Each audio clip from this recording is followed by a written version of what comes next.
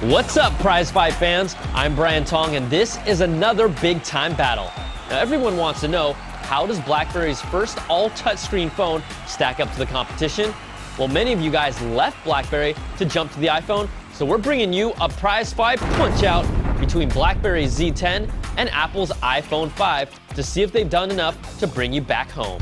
Our judges for this fight are senior editor Jessica Duke It Out Dolecourt, associate editor Lynn Fa La La La La, and myself, for all the ladies, All Night Long Tom. Now we'll take all three judges' scores and average them out to the nearest 10th each round. The final Prize Fight score will be an average of all rounds using the same system. Let's get it started. Round one is design. BlackBerry brings its classiest looking phone to date with the tight design of the Z10, even if it has some resemblance to the iPhone 5. Its soft leather-esque textured backing and softer curved edges are comfortable to hold, and its 4.2-inch screen is larger and has a higher 356 pixels per inch. Now we know Apple's iPhone 5 design is one of their best ever, bringing their quality design and level of craftsmanship. Its 4-inch Retina display is smaller, but it's still a beauty with 326 pixels per inch super bright display. And its two-tone design that's still thinner and lighter than the Z10. These phones both look great, but the iPhone 5 takes the round with the 4.7 and the Z10 gets a 4.3. Next round is user interface and controls. The Z10 is BlackBerry's first all-touchscreen phone, and it relies on a set of gesture controls to navigate the OS without any specific home button. Now it has a higher learning curve, it's not pick up and play, but it's not hard once you get used to them.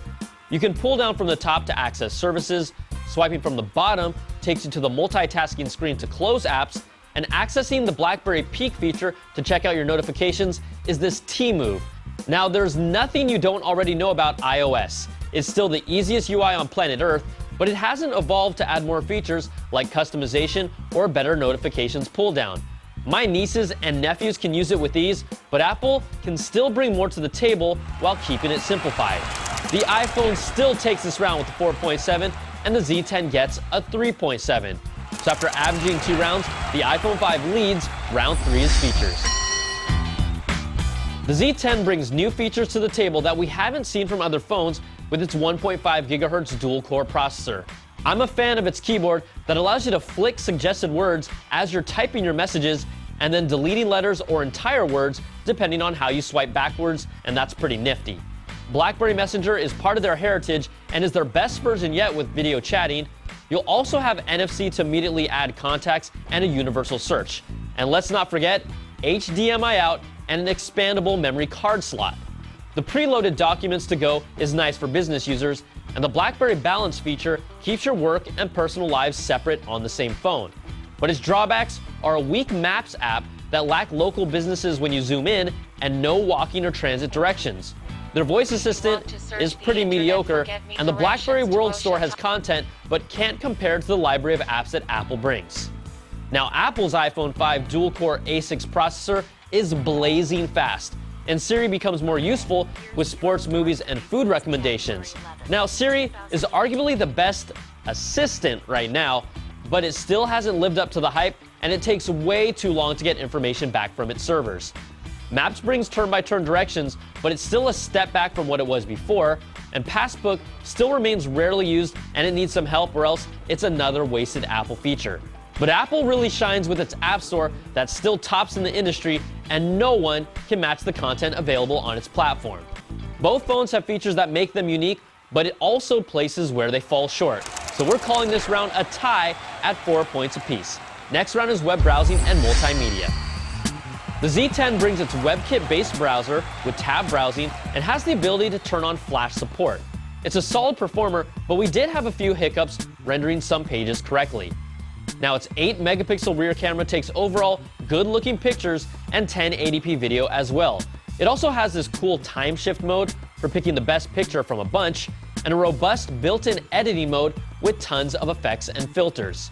Its media player widget that will appear on screen when you press on the volume rocker is a cool addition, and multimedia looked great on its screen, even if it can't get as bright as the iPhones, but it falls short with its multimedia ecosystem that still trails Apple's. Now, Safari on the iPhone 5 brings a full screen mode and a smooth working browser overall. You can't ignore Apple's iTunes, which brings the most robust library of multimedia that looks great on its screen. Its 8-megapixel rear camera brings a built-in panorama mode and 1080p video support with the ability to take stills while recording video. And it's still really the best camera on a mobile phone with pictures that were more vibrant than the Z10. Now, the Blackberry is no slouch in this round, but the iPhone 5 still takes it with the 4.7 and the Z10 gets a 4. So after averaging 4 rounds, the Z10 still trails. The final round that decides it all is performance.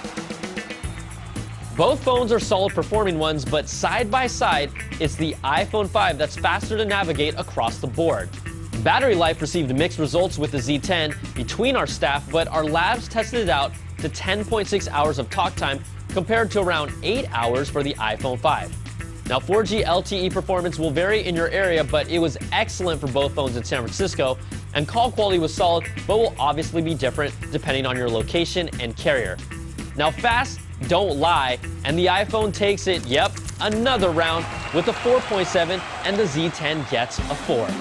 So let's average out all 5 rounds, and in a prize fight where Apple jumped ahead early, they really pinned BlackBerry down and stayed on top, with the iPhone 5 taking this battle 4.6 to 4 and is your prize fight winner.